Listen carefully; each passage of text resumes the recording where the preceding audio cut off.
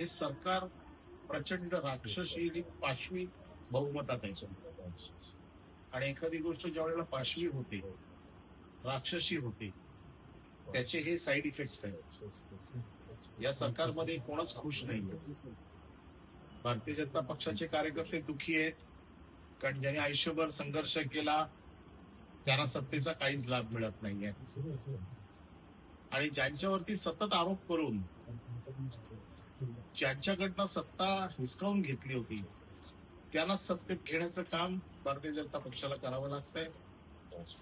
आणि त्यामुळे एकमेकावर शह देण्याचं काम, काटछाट करण्याचं काम, छोट्या छोट्या गोष्टीवरनं वाद निर्माण होण्याचं काम, असं सगळं चालू आहे.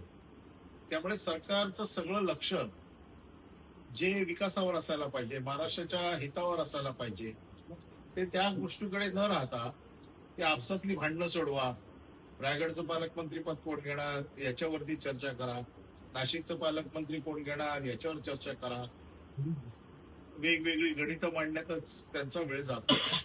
एवढ्या मोठ्या, खरं म्हणजे मोठ्या मताधिक्याचं सरकार आहे. खरं म्हणजे महाराष्ट्रासाठी फार चांगले निर्णय होणं अपेक्षित आहे, परंतु तसे होताना काही दिसत नाही.